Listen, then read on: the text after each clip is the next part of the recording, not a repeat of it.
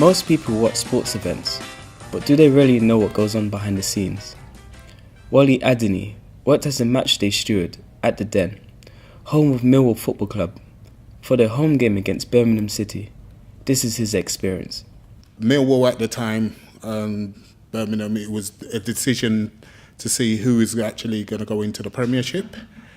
And at the time, basically it was 1-0 to Birmingham at the last minute, and a riot kicked off outside the ground. I was thinking basically number one, how I was going to get home while this riot was going on. The thing was, we was kept in the ground for quite a while, but we eventually was let out, and it was an evening, as it was an evening kickoff. There weren't the trains were kind of like going as scarce, because normally you would be able to take the overground from South Bermondsey to London Bridge. But on this occasion, we had to take the next journey. And if you're not really familiar with the area, it kind of made it kind of like the longest journey that we've ever actually made to go to the nearest station. Janet Brisco is a matchday steward who witnessed the derby game between West Ham and Millwall. Well, when they got to the stadium, there was a bit of animosity between two of the fans, and it was quite volatile coming into the stadium.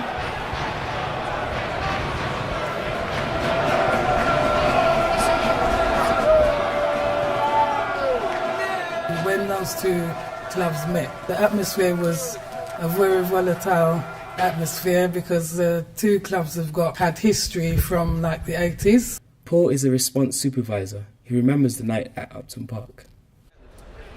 It was West Ham Millwall on the night when everything went off. My role at that time was chief steward in charge of the away end at West Ham, and I ended up with half a seat back landing about 2 feet in front of me. It was cracked and very jagged edges along it. It wasn't pleasant. I've got it at home. There were coins thrown that day as well and everything. It was frightening, it was menacing, the crowd was menacing. I had no idea it was going to be as bad as it was, because there was short of staff all around, including like the Metropolitan Police. To me, they didn't have enough that was out there or inside, because I wasn't expecting that sort of trouble down there. But if Millwall is coming down anywhere, for me personally, they have to double up everything, security, everything, just to keep the fans on both sides safe. How was Janet affected? I was affected because personally some of my friends was working actually inside the stadium, and I've known families that was outside the stadium that was actually on their way home, and they got affected by being penned in. Everybody was affected on both sides, because there were some people that will go there specifically for trouble. There was families that also came there. Traffic was affected. That was like the worst thing, because they were fighting in actually the streets, and all round it branched out to some bits of the shopping areas, Upton Park, and that's densely populated with a lot of people, families, women and children. People were frightened as well, people that's not used to like the football crowd in that sense, that it was pretty frightening. Howard Gould is a Leyton Orient fan. He remembers going to the matches in the 70s and early 80s. Well, it was a while ago now. It was in the bad old days of the 70s and 80s. I used to go to quite a lot of away games with Leyton Orient, or even home games actually. And in those days, it wasn't all-seater stadiums. A couple of incidents. There was one at Portsmouth, I remember, where Orient were playing in Portsmouth, and there was quite a lot of away support. It was an FA Cup game, and after the game, the Portsmouth supporters attacked the coaches of the Leyton Orient supporters, and my particular coach had a brick, was actually thrown through the window, which is a bit scary considering I was only in my teens at the time. Howard witnessed an incident with Millwall at a home game. I remember an incident at Leyton Orient with Millwall. Actually, you mentioned Millwall earlier, and in those days it was quite easy to get two groups of supporters fighting each other. And there was an incident that went on the terraces, and one of the actual surrounding walls that surrounded the pitch at the time, that actually collapsed. And the police tried to interject. So luckily, I don't think no one was killed. Some of those times are quite scary when you're quite close to that type of violence. Howard now works as a community liaison officer at Leyton Orient. How does he feel times have changed since the early 80s? I think as you mature, as you get older, you type of, I'd like to say you grow out of these things, but still a lot of the supporters of their 30s and 40s are the actual instigators of these things. So the young kids are just followers, unfortunately, and there are some clubs that still have these guys that lead the youngsters astray a little bit. So it's much better now with the seated stadiums and the stewarding and the policing, which has improved. We spoke to police officer John Shaw about the firms. What was brought in was a lot of banning orders for people who are members of these firms kind of attending matches, which were quite rigorously enforced. We also have pretty good, we have like specialist observers who'll be there with tape recorders, who'll record people's faces. So if you're attending a match and you're recorded and you've got a banning order on you, you will be arrested. So it was like quite rigorously policed, because it was obviously looking quite bad in the media at the time. Stephanie is a St John's ambulance attendant at football matches. But they're very good at planning now, and so they go a lot on intelligence. If there's more than 5,000 people here, they have paramedics here as well. If it's a team with a reputation, we'll have police officers here.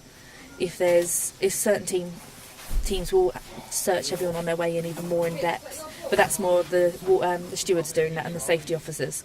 With us, if we know there's going to be a lot of people, we'll get 2 ambulances instead of 1. We'll double the number of first aiders. But it's normally based on the intelligence that we get, and that's normally just from the football club. Wale Adeniyi. Stewards need more protection because basically once you're out of uniform, we're just Joe Bloggs in the black and white.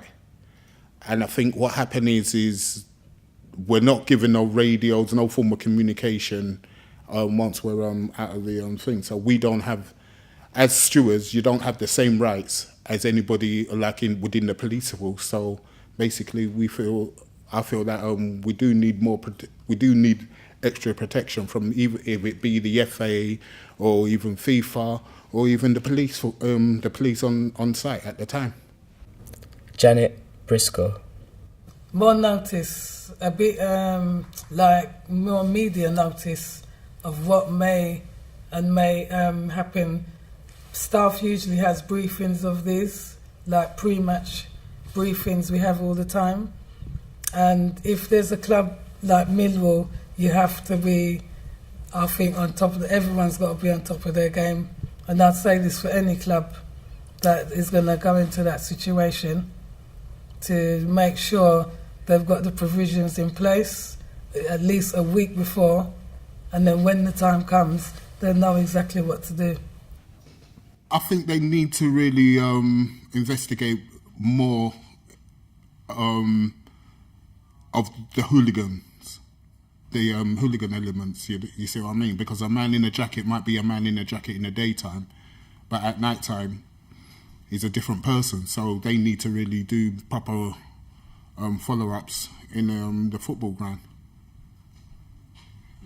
to make it protect the innocent. Because obviously, the fact that they're kind of going the right way in the sense of that they're trying to bring like families in and stop the racist thing. But I think that basically the government just needs to really pump more money into the thing to actually protect the stewards, because it's like I say, we're just sitting ducks as stewards, because obviously we can't. If we turn around outside of the ground, even though we're in uniform, even though you know that we've just come from the ground, we're just Joe Blogg, so we're easily arrested just walking on the street. So you never know. You're kind of vulnerable as a steward. Howard Gould. Inside grounds now, it's much better. You do see a lot more families. Clubs are obliged to work towards their safety. It's outside the grounds that sometimes you have to be a little bit more wary. I might still go to away clubs and still not wear your colours, as it were. Like, you don't wear a scarf or a shirt that identifies you as an opposing supporter, because you still don't know what's going to happen down a street that you don't know in a place in a city that you don't know. And there are still clubs that do have groups of supporters who will go around looking for violence and away supporters. There's still incidents now where these guys who do want to fight, because it's this mentality of tribal mentality of fight, it's in them, and they pass it to their sons. So it will still happen, whether you want it to happen or not, but not sure what you can do you won't eradicate it completely. I think one thing you can do is, once you identify people who instigate the violence, is actually don't just give them a slap on the wrist. You need to maybe give them maybe a prison sentence or something like that, so it sets a precedent, and anyone in the future who feels like they might do this, they know the consequences. There needs to be consequences. Clubs like Millwall, Chelsea and West Ham even, they've got kind of like a history within back in the 80s about the racism kind of thing. So I feel that there's still that going on within the ground. I think there have been some in certain clubs, yeah, with incidents recently, especially the racism incidents have been happening at clubs, and the throwing of objects. I think a few guys have been expelled and banned. We work very closely with Kick It Out, and also Show Racism the Red Card. There are programme articles, adverts around the pitch, and as I say, in the programmes. We won't tolerate any form of racism, anything like that. We are a club, as you know, in the East End of London, so a lot of our young guys are either black, mixed race, white guys. It doesn't really matter to Leyton Orient. We're a very mixed club.